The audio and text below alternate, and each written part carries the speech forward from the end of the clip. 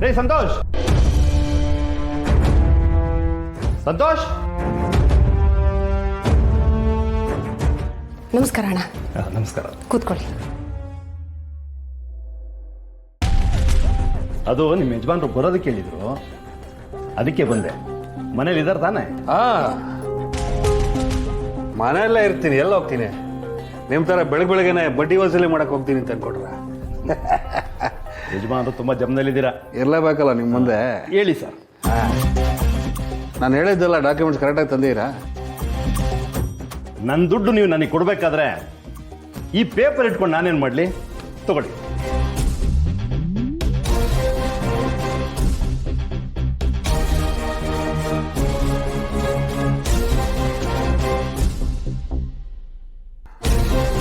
ಎಲ್ಲ ಸರಿಯಾಗಿದೆ.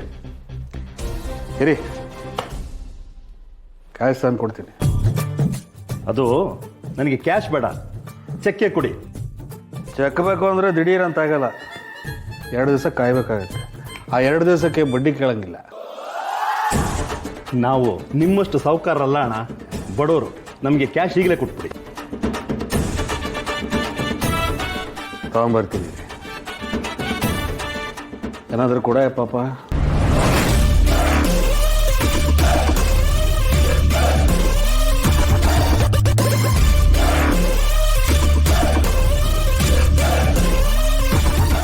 ಅಣ್ಣ, ಕಾಫಿ ತರ್ತೀನಿ.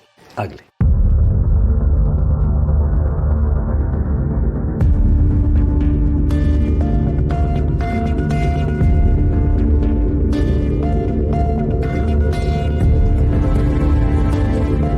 ತಗೊಳ್ರಿ, ಸರಿಯಾಗಿ ಎಣಿಸ್ಕೊಳ್ಳಿ. ಬ್ಯಾಗ್ ನಿಮಗೆ ತಗೊಂಡೋಗಿ.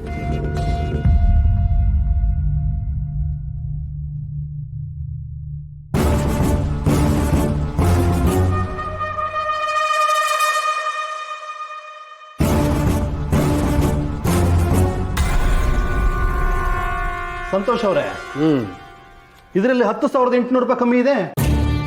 2 ದಿವಸ ಮುಂಚೆ ಕೊಡ್ತಾ ಇದ್ದೀನಲ್ಲ, ಅದಕ್ಕೆ 2 ದಿವಸ ಬಡ್ಡಿ ನಿಮ್ಗೆ ಯಾಕ್ರಿ ಕೊಡ್ಲಿ?